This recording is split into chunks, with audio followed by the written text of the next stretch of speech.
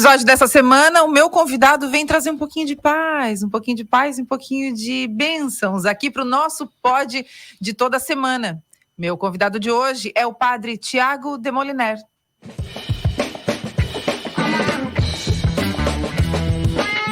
Seja bem-vindo, padre. Tudo bem? Tudo bem, obrigado pelo convite e também cumprimentos que nos acompanham.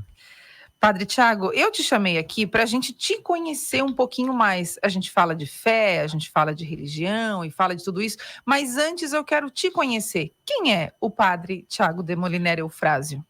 Olha, talvez essa seja a pergunta mais difícil que alguém pode fazer, né? É verdade. Acho que não tem pergunta mais difícil para se responder do que essa, embora estejamos falando de nós mesmos, né? Mas, como somos um mistério que nunca se esgota, a resposta nunca está completa. Mas, vamos lá. Eu sou criciumense, né? Nasci e cresci em Criciúma, filho também de pais que são naturais daqui de Criciúma. E a nossa casa, nossa vida é ali no Rio Maina, no bairro Rio Maina. E até os 18 anos eu estive em casa com eles, com meus pais. E depois dos 18 anos entrei no seminário e fiz os estudos todos, né, necessários para a ordenação sacerdotal e fiquei padre em 2010. Diácono em 2009, padre em 2010. E atualmente eu trabalho aqui em Criciúma, né, na paróquia da Mina do Mato, paróquia Nossa Senhora Auxiliadora, recém-fundada, recém-criada, agora no dia 18 de fevereiro. E também, além da função na paróquia aqui em Criciúma, hoje também como assessor na CNBB, em Brasília, na Comissão de Doutrina e Fé, assessorando, acompanhando os trabalhos dos bispos no Brasil. Então, essas duas funções é que eu exerço hoje.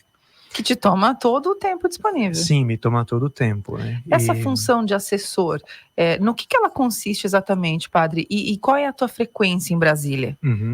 Bom, lá em Brasília, as reuniões ordinárias, elas são semestrais. E nós temos um grupo de peritos, que são todos doutores em teologia, em diferentes áreas da teologia, e mais alguns bispos que são os coordenadores, de fato, da comissão, né? E como assessor, então nós fazemos a ponte entre os bispos que coordenam e os peritos que dão seus pareceres naquilo que a conferência pede em matéria de doutrina e fé.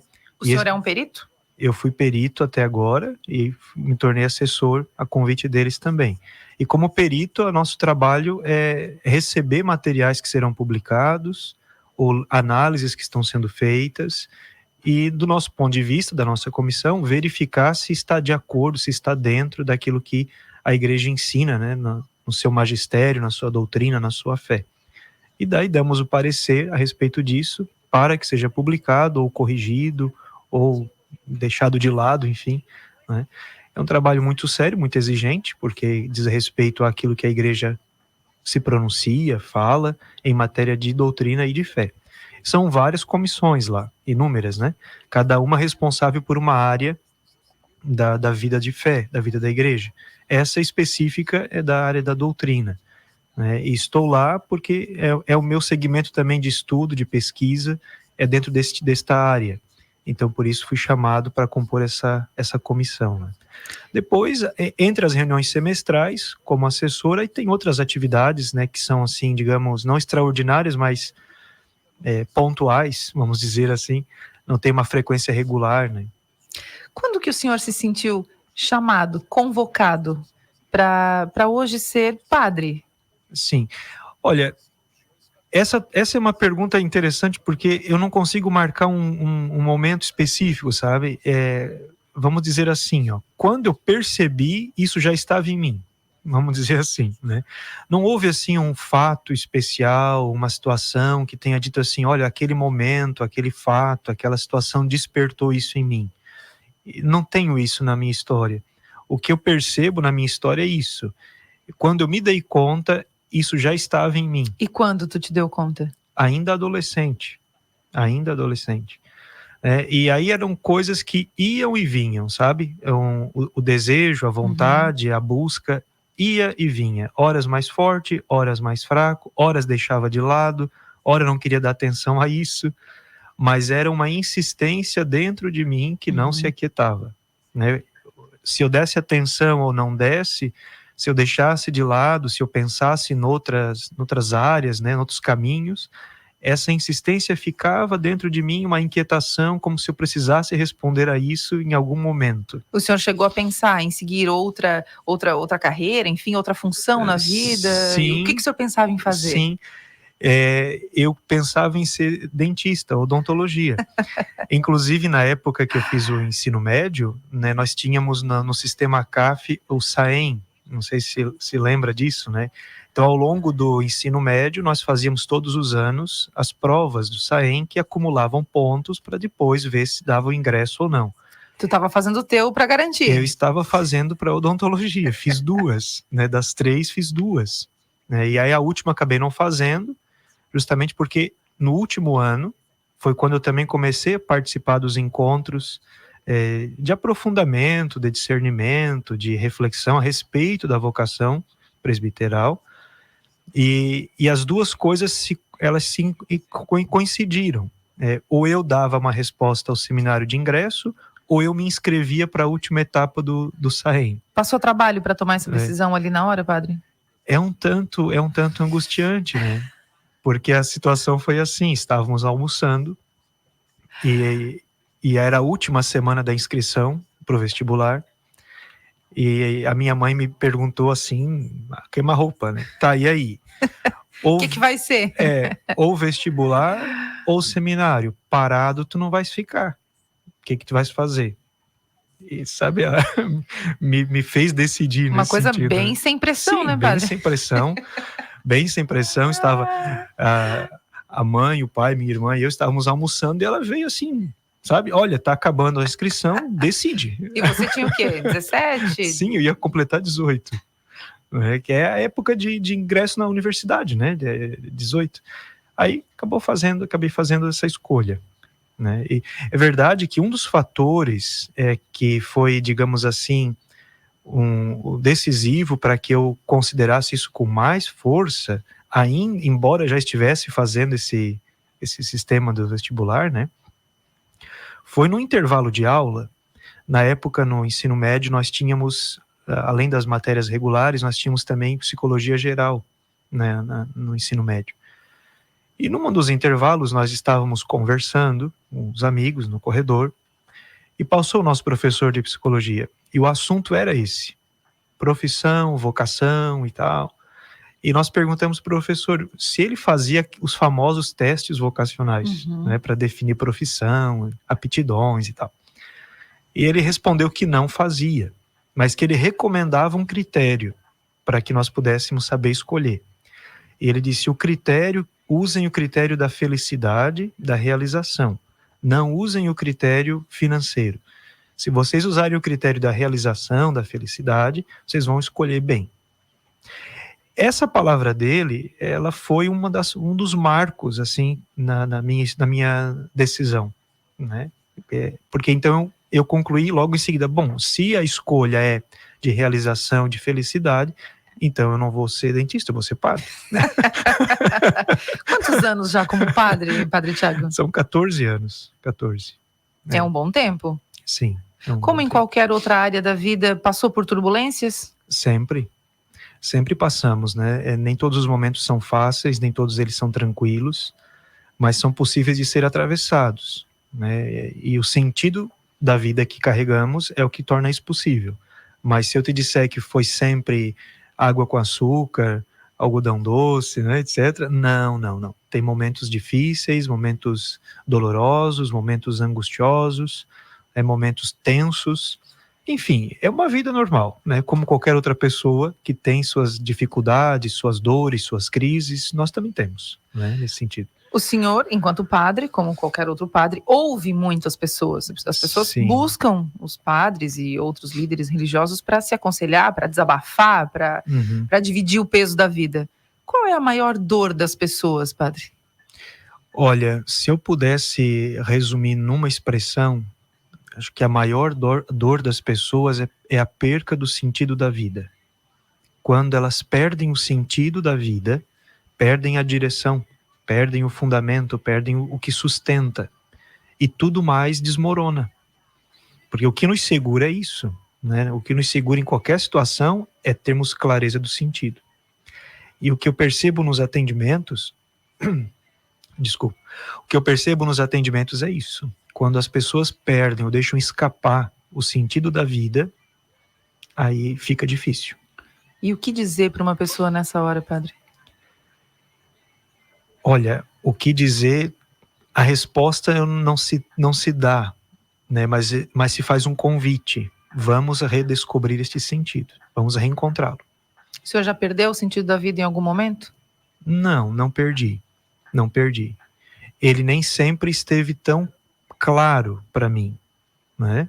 Mas não considero tê-lo perdido.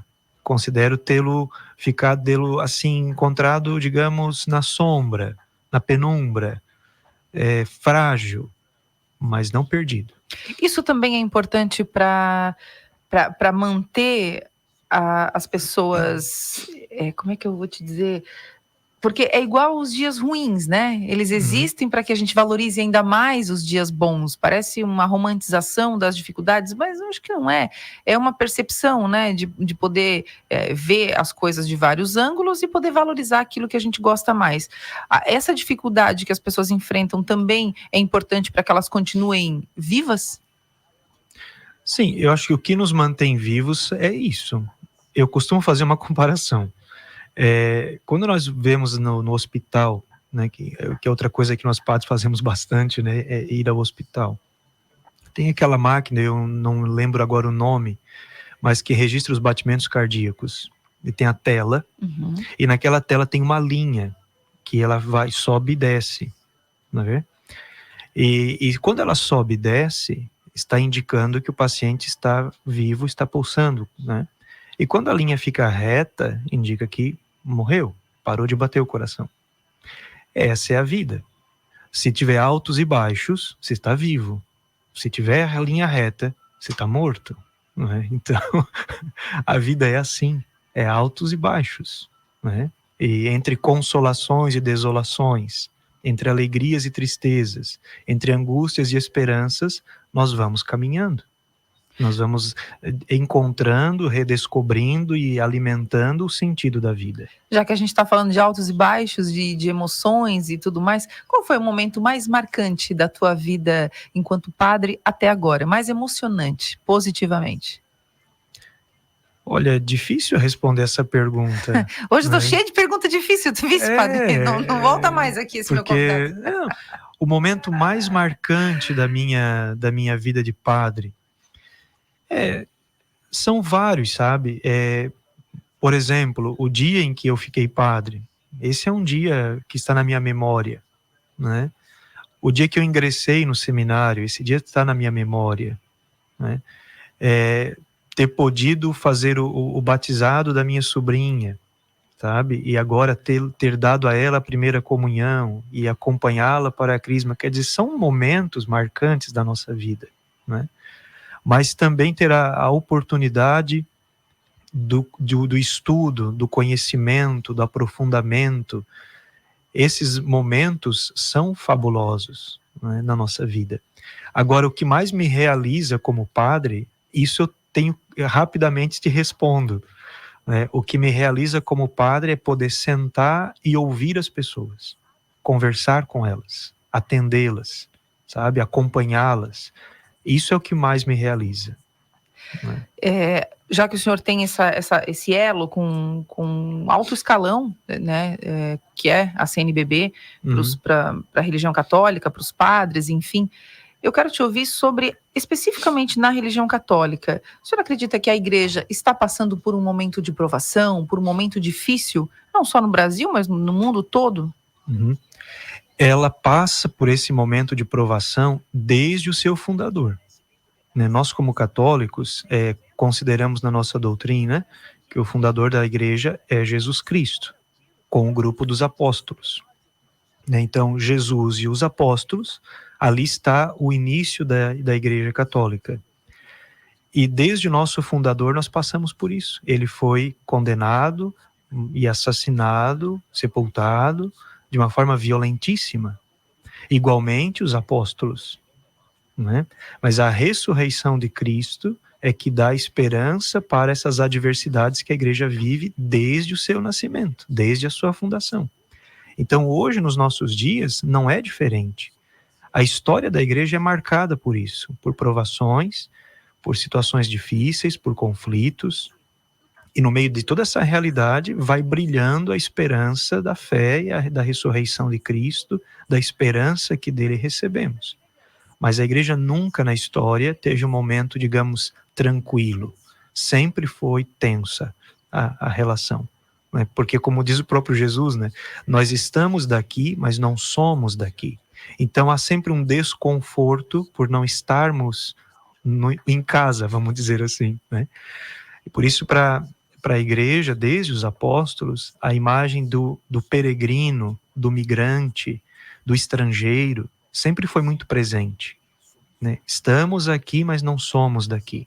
Há, portanto, um desconforto constante, há uma tensão constante de não estarmos sempre bem encaixados na realidade. Então, por isso, as figuras bíblicas, né, da peregrinação, da caminhada, da transitoriedade, né, do ir além, por conta disto.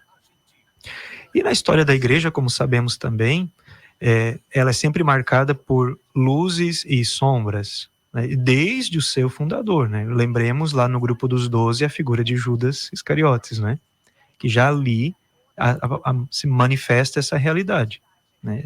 Da infidelidade, da traição, da negação e assim por diante.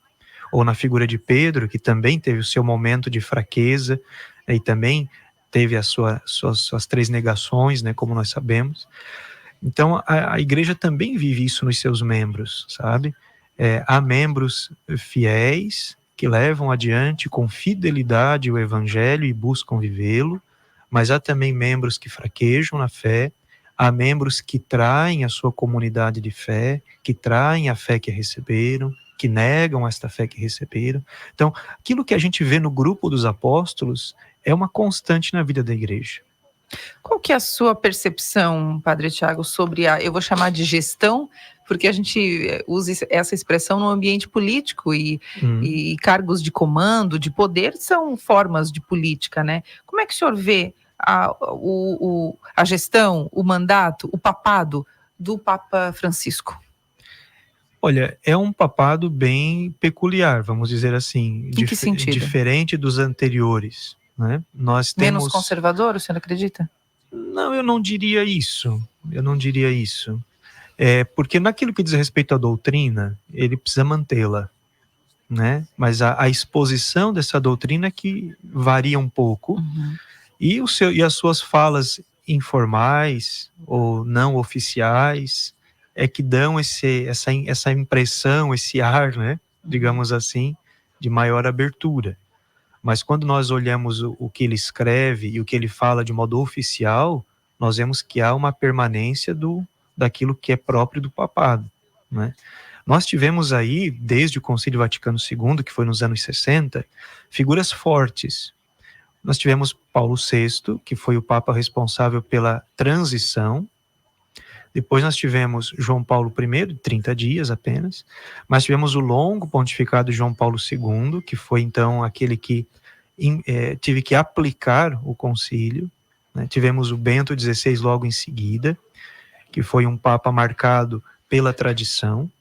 E agora nós temos o Francisco, né? Que é um Papa marcado pelo diálogo, pela proximidade, pela ausência, digamos assim, do medo de se relacionar com os diferentes, de ouvi-los, de recebê-los, de acolhê-los. Né? Eu me lembro do nosso professor de História da Igreja. Ele dizia: íamos ao Papa João Paulo II para vê-lo, porque ele era uma figura de muita força. Íamos ao Papa Bento XVI para ouvi-lo, porque suas palavras eram profundas e sábias. Vamos ao Papa Francisco para tocá-lo, porque é muito próximo. Né? Então são características, sabe? São momentos da igreja, são características de cada pontificado que vão respondendo também às necessidades do momento. E talvez nós estávamos necessitando desse momento. Agora, o que vem depois dele é sempre uma incógnita, né? Sempre uma incógnita. E qual que é a sua opinião sobre os padres popstars? Olha, acho que temos as duas coisas aqui, sabe? Temos o lado positivo, né, da presença, da comunicação, da tradução do conteúdo da fé de uma forma mais acessível, mais popular, vamos dizer assim, mas, ao mesmo tempo, o risco constante de deixar escapar o mistério de Deus que nós carregamos, né? De nos secularizarmos demais. É um risco que se corre. Quando nós nos expomos demais ao sol, nos queimamos, né? É verdade, padre.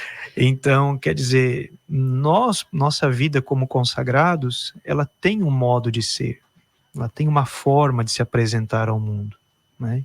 Então, essa dimensão do popstar, ela é positiva no sentido de proximidade, vínculo, diálogo, acesso, e a entrada da igreja em ambientes que antes não entraria. Isso, que ela precisa estar presente.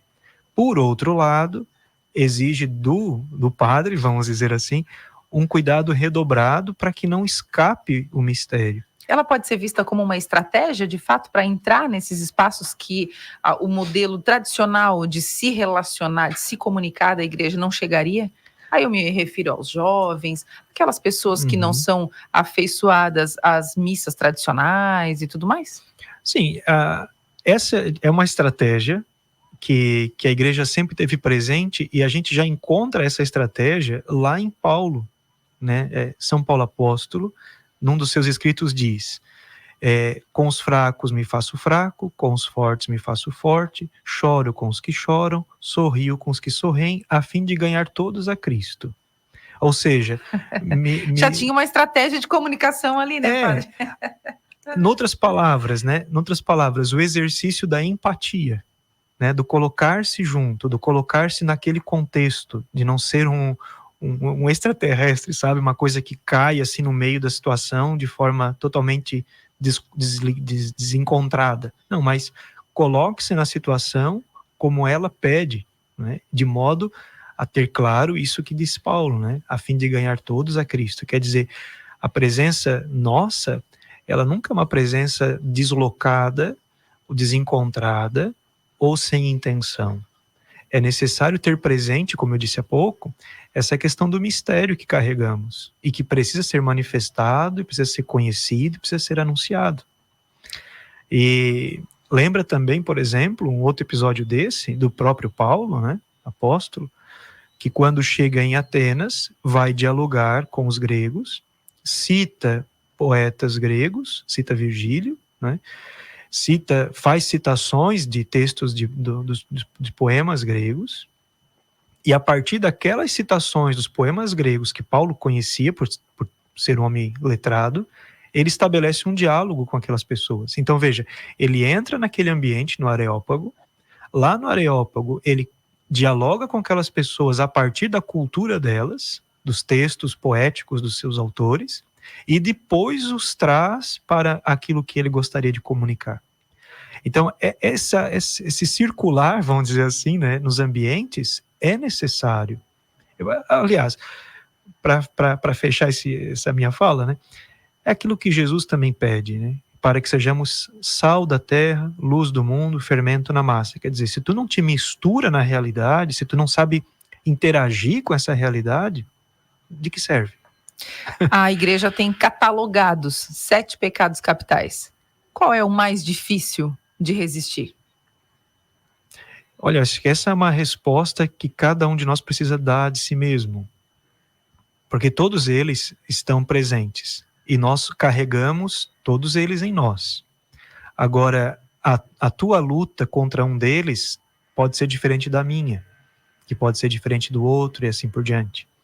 Então, cada um de nós precisa aprender a escutar-se, a conhecer-se, a ouvir-se e a perceber em si onde estão suas próprias fraquezas.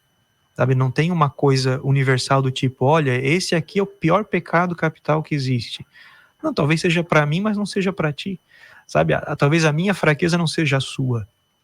E talvez aqui que reside aquelas dores que falávamos antes do sentido da vida. O que acontece aqui, né?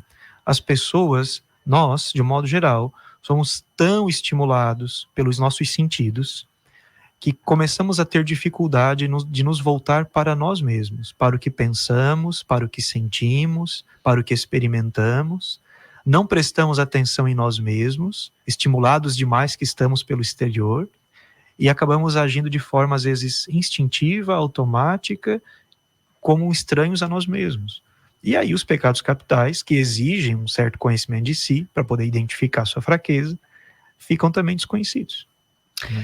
Quando a gente fala, o senhor falou sobre o mistério da vida, que a vida é um mistério e tal. Outra coisa que é um mistério é o dia a dia dos padres. Me conta sobre a tua rotina, Padre Tiago. Que hora tu acorda, o que tu faz, aonde tu vai, com quem tu fala. Me conta sobre isso. Todo mundo deve ter curiosidade de saber o que os padres fazem.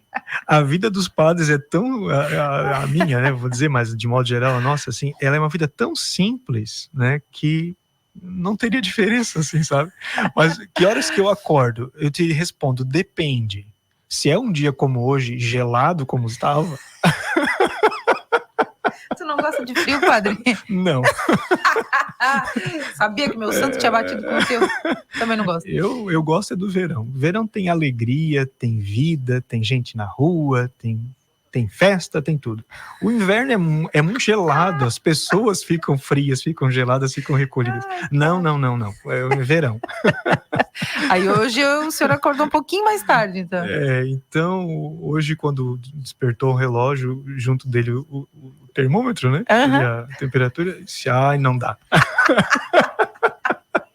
Deus, faz alguma coisa, Deus. Dá um... Alguém fecha essa geladeira. Mas... E despertou que horas o relógio hoje? 6 horas. É cedinho, padre. Mas, no verão é mais cedo que isso? Não, fica por aí também. 6 horas é cedo. Então, assim, 6h30, 7 horas a gente tá de pé, né? Aí tem a rotina própria, né? Depois de organizar-se, de acordar, porque uma coisa é levantar, outra coisa é acordar, né? Uma coisa é uma coisa, outra coisa é outra coisa. Então, levantar não significa acordar, né? Então, não dá para dizer que são as mesmas coisas. Até a alma fazer o download para o corpo, né? Demora um pouquinho. Então, eu costumo levantar primeiro e acordar depois. Entendi. O senhor é bem-humorado logo cedo ou não? Sim. Eu tenho essa facilidade, assim, não acordo mal-humorado. O meu mau humor, ele acontece por 2 razões. Por sono ou por cansaço. Aí eu fico chato para mim mesmo, sabe? Aí sim.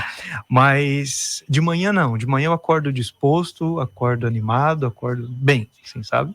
Mas quando chega a noite, que vai acabando a bateria, aí eu fico chato. Para mim mesmo, imagina para os demais, né? E a rotina do padre, as atividades com a igreja, agora o senhor está com a igreja recém-fundada, digamos assim, mas as atividades com a igreja, elas vão até mais tarde? Vão. Nossa jornada, ela tem uma média aí de 12, 14, às vezes até 15 horas, né? Na cabeça das pessoas, no imaginário das pessoas, os padres só rezam missa. Né? Não sei se é o teu não caso, é, padre? Né? Olha, trabalha ali 4, 5 vezes por semana, 1 horinha só, poxa, tá fácil. Então, assim, os padres não trabalham, só rezam missa. Eu diria assim, que a missa é a cereja do bolo. A missa é o momento mais tranquilo, né? Quando, exatamente. É quando a gente se reúne com as pessoas para rezar junto. Isso não é trabalho, né? Agora, tudo que acontece na rotina nossa voltando na pergunta ali, né? Então, pelas 6h30, 7 horas é hora de levantar, fazer as orações, preparar o café da manhã, tomar esse café, organizar a louça e depois ir para a secretaria paroquial. E ali vai variando a agenda. Então, tem dias dedicados à administração, porque isso cabe a nós fazermos, né? Então, toda a parte de gestão, administração, financeiro, planejamento, tudo isso cabe a nós. Então, nos ocupamos muito com isso. Então, questões administrativas, questões financeiras, questões de planejamento, questão de estrutura, enfim, toda essa parte burocrática... A função de padre é uma função de gestão, né, padre? Exatamente. Toda essa parte burocrática, administrativa, ninguém faz para nós, somos nós que fazemos. Às vezes as pessoas acham que tem alguém lá, não sei aonde, que faz isso para nós, né? Não, somos nós quem fazemos, sabe? Tem que sentar lá no escritório, pegar os materiais, pegar as contas, pegar os boletos a pagar. O padre também confere os boletos para pagar tudo? Sim, eu preciso acompanhar isso, é minha responsabilidade, sabe? Padre, eu achei que só rezava a missa. Não, isso é o mais fácil de tudo, né? Então tem que pegar lá, vamos lá, o que tem programado para hoje? O que vence hoje? O que temos hoje? Parte administrativa, né? Bom, vamos lá, outro ponto. Temos diversos grupos na igreja que precisam ser conduzidos, orientados, organizados. Quais são as reuniões que teremos hoje à noite? Com esse grupo, com aquele outro, com aquele outro. Tá? Este grupo aqui, que orientação precisam receber? Que correção precisamos fazer? Que estratégia precisamos ter? Por onde vamos caminhar com esse evento? Tudo isso tem que ser organizado durante o dia para que à noite, quando as pessoas que nos ajudam podem se reunir, nós possamos conduzir isso. Nos momentos em que o senhor tem de folga, de descanso, porque também o padre também descansa, né? Vai? Sim. O que o padre Tiago faz? O que gosta de ler, de ouvir, de assistir? O que dá tempo de fazer nesse momento de folga? Eu gosto de séries, gosto de filmes, gosto muito de praia, porque eu gosto do verão. Gosto do verão, tem gostado de praia. Qual foi a última série que o senhor assistiu? This Is Us. Eu assisti. Já assisti essa. Não chorei, não assisti, porque dizem que a gente chora muito. Chora. Aí eu fico meio custada. Chora. Mas eu recomendo, sabe? Tá. Ela é longa, eu levei um tempão para assistir, porque com essa agenda nossa... Pois é o quê? Um episódio por semana, né, basicamente. E depois, assim, todos os eventos que acontecem na igreja têm que ser organizados, planejados, vistos os detalhes. Nós acompanhamos tudo. Sabe? Então é muito intenso, muito intenso. Terminamos o dia, 10 da noite, 10:30 da noite. Ontem eu cheguei em casa, era 11:30 da noite. Estava preparando uma aula que vou dar na terça-feira que vem. Mas cheguei em casa, era 11:30 da noite. Então, ou seja, saí ontem de casa, era feriado, né, de Corpus Christi. Saí de casa às 8 da manhã e voltei para casa às 11:30 da noite. Indo de atividade em atividade, de evento em evento, sabe? Então essa é a nossa rotina. Né? Agora, quando eu posso parar para assistir uma série, um filme, eu não perco tempo. Então, os filmes que eu gosto de assistir são filmes de drama e de romance. Gosto dos dramas, gosto dos romances, porque me parecem um pouco mais próximos da realidade, né? E essa série que eu assisti por último, This Is Us, que recomendo que possa assistir, né? Ela é uma série que retrata isso muito, sabe? Os dramas da nossa vida? Os dramas da vida, as relações familiares, as questões que cada um precisa lidar consigo para o bem dos demais, né? As lutas pessoais, os desafios de cada dia, das diferentes áreas, o desenvolvimento humano, o crescimento humano. Quer dizer, tem uma série de valores presentes ali muito legais. Padre, pela tua postura, pelo andar da tua carruagem, vamos dizer assim, nitidamente o senhor não vai ficar aqui muito tempo, né? O senhor vai trilhar outros caminhos dentro da CNBB, enfim, isso é nítido, né? A gente percebe isso. Qual é a sua vontade? O que passa na tua cabeça, assim, quando tu olha para o futuro? Onde é que tu se imagina? O que tu quer estar fazendo? Para onde tu quer ir? Aonde tu ainda quer passar? Olha, eu me coloco à disposição da igreja. Essa função na CNBB, ela é uma função de 4 anos, né? Esse é o primeiro. Então além desse, tem mais 3 anos e meio, vamos dizer assim, né? E depois a tendência é que encerre lá, se compõe uma nova comissão, como é o costume, e eu volte para Criciúma. E aí o nosso bispo, Dom Jacinto, e o conselho dele é que vai dizer o que eu vou fazer, né?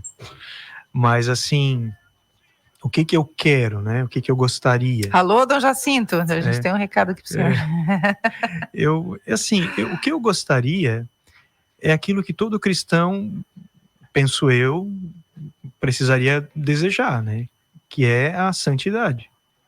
Né? Então, cargos, funções, isso passa com o tempo. Papel, fogo queima, a traça come, se acaba. Agora, há algo que não perece, que é a nossa humanidade, a nossa essência, ou traduzindo para a nossa linguagem religiosa, a nossa santificação. né? Então, é isso que eu quero, sabe? Crescer nesse aspecto, né? As demais situações são todas passageiras, transitórias e terminarão, começam e terminam. Agora, aquilo que nós somos, isso não terminará. Então, o que eu quero mesmo é me apropriar do que eu sou para desenvolver o máximo aquilo que me foi dado como essência, né? É isso que eu quero, né? Padre, eu tenho 2 notícias para te dar. Uma delas é que o nosso tempo acabou. E aí eu queria ficar aqui horas e horas conversando, porque essa conversa ia longe, ia muito longe. Mas o bom é que essa conversa vai ficar disponível para depois, para quem quiser assistir. E, a partir de agora, nos teus cafés bem-humorados pela manhã, tu vai ter uma caneca nova. Terei. Então tu vai poder, né? Vou usá-la com certeza. Vou usá-la com certeza. Padre, obrigada, tá? Por ter tirado um tempo na agenda para nos atender. Eu que agradeço. Faltou responder uma coisa que as pessoas também pensam no seu imaginário, né? Mas nem sempre corresponde, né? Quando se trata de filmes e séries, tá? Mas também tem as músicas. Nós estamos no rádio, né? Músicas. Então, as pessoas pensam e perguntam o que os padres gostam de ouvir de música, né? Não sei se é uma pergunta dúvida, recorrente, com certeza. Né? Mas as pessoas ficam assim, o que o senhor escuta de música? Música clássica? Padre Zezinho? Música religiosa? Digo, olha, o que eu escuto mesmo é surf music. Tudo a ver. Verão, praia, surf music. Então, por exemplo, Jack Johnson, James Morrison são os meus favoritos, né? E depois vem o reggae, né? Que isso me acompanha desde a minha adolescência e escuto até hoje, né? Então são gostos. Qual é o teu reggae favorito? Qual é a tua música de reggae favorita? Tem uma? Não sei eleger uma favorita. Gosto do estilo e ponho ali a playlist e vou escutando, né? Mas são os meus estilos musicais também, né? Isso para entender aquilo que falava antes, né? A nossa vida é muito simples, é muito ordinária, muito comum, real, não tem muita diferença não. Muito bem. Obrigada, Padre. Eu adorei te conhecer um pouquinho melhor. Eu que agradeço o convite, a possibilidade de estar aqui contigo. Muito obrigado. Meu convidado dessa semana não gosta de inverno. Ponto para ele, né? Porque a gente também não gosta muito de inverno. Prefere o verão, gosta de surf music e gosta de praia. E acorda bem cedinho. É o Padre Tiago Demoliner Eufrásio, meu convidado da semana, nesse episódio abençoado, que já está disponível no YouTube e no Spotify. Na semana que vem, eu tô de volta. Um beijo e até lá.